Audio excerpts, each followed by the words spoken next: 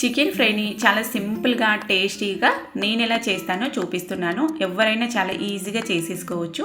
Chicken అంటేనే చాలా పెద్ద ప్రాసెస్ అనుకుంటారు. చాలా సింపుల్ వేలో అయితే ప్రిపేర్ చేసుకుందాం. ముందుగా చికెన్ అయితే నేను ఎప్పుడు తెచ్చినా కూడా కడిగేసుకుంటాను. ఇలా నీళ్లు వేసేసుకొని చేతి ఆడించుకుంటూ అలా బాగా కడిగేసుకుందాం. ఇప్పుడు దీని అయితే పక్కన పెట్టేద్దాం. పొయ్యి మీద ఒక కడాయి పెట్టేసుకొని అందులోకి ఒక 2-3 టేబుల్ స్పూన్లంతా నూనె అయితే వేసేసుకుందాం. కొద్దిగా నూనె హీట్ ఎక్కిన తర్వాత పచ్చిమిర్చి చీలికలు ఒక 3 పచ్చిమిర్చిని చీలికల్లాగా చీల్చేసి వేసుకుందాం.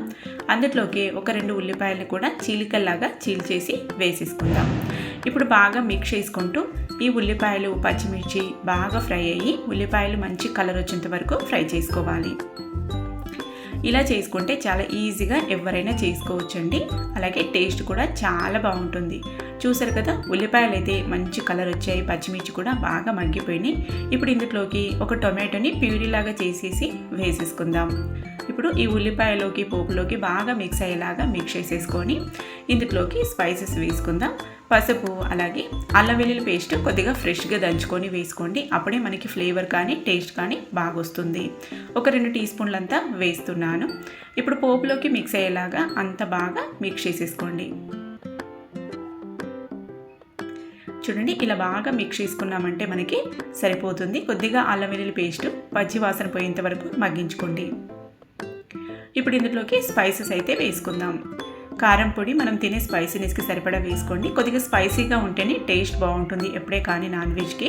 అలాగే రుచికి సరిపడా ఉప్పు వేసేసుకొని అంతా మిక్స్ అయ్యేలాగా బాగా మిక్స్ చేసేసుకోండి.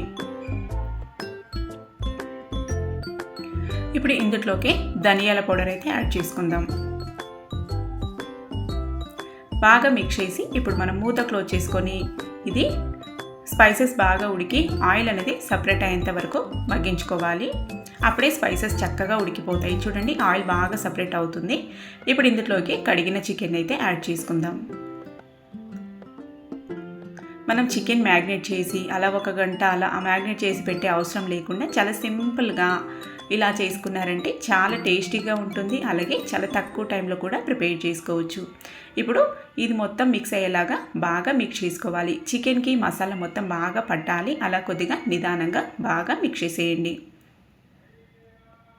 చపాతీకి, రోటీలోకి లేదంటే మనకి సైడ్ డిష్ లాగా కూడా అలా పీసెస్ ఉత్తివి తినడానికి కూడా చాలా బాగా హెల్ప్ అవుతుంది. ఇలా చేసుకున్నారంటే టేస్ట్ కూడా చాలా బాగుంటుంది. ఇప్పుడు ఇందులోకి బాగా మిక్స్ చేసాం కదా, సన్నగా ఇది కొత్తిమీర తురుము అలాగే పుదీనా ఆకులు కూడా వేసేసుకోండి. నచ్చితే బాగా ఎక్కువ వేసుకుంటే బాగుంటుంది. నచ్చదంటే కనుక కొంచెం కొంచెం యాడ్ చేసుకోవచ్చు. ఇప్పుడు మూత క్లోజ్ చేసుకున్నామంటే కొద్దిగా మగ్గిపోతుంది మనం పైన వేసుకున్న ఈ పుదీనా కొత్తిమీర తురుము. ఇప్పుడు అంతా మిక్స్ అయ్యేలాగా బాగా మిక్స్ చేసేసుకోండి.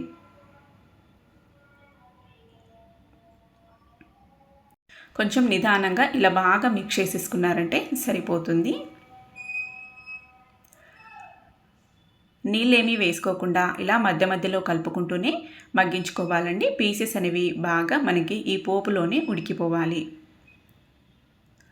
చూసారు కదా, ఇలా బాగా మనకి ముక్కలో ఉండే వాటర్ అనేవి సపరేట్ అయ్యి ఆ వాటర్ మొత్తం ఎగిరిపోయేంత వరకు బాగా మిక్స్ చేసుకుంటూ ఉడికించుకున్నారంటే మనకి చికెన్ ఫ్రై అనేది చాలా సింపుల్గా తక్కువ టైంలో రెడీ అయిపోయింది. ఫైనల్గా కొత్తిమీర తురుము వేసేసుకొని ఒకసారి బాగా మిక్స్ చేశారంటే టేస్టీగా అలాగే డెలీషియస్గా మనకి చికెన్ ఫ్రై అయితే రెడీ అయిపోయింది. నచ్చితే తప్పకుండా ట్రై చేయండి. చాలా ఈజీ ప్రాసెస్ ఇదైతే ఎవరైనా చేసుకోవచ్చు. మనకి ఎక్కువ ఇంగ్రీడియంట్స్ కూడా అవసరం లేదు.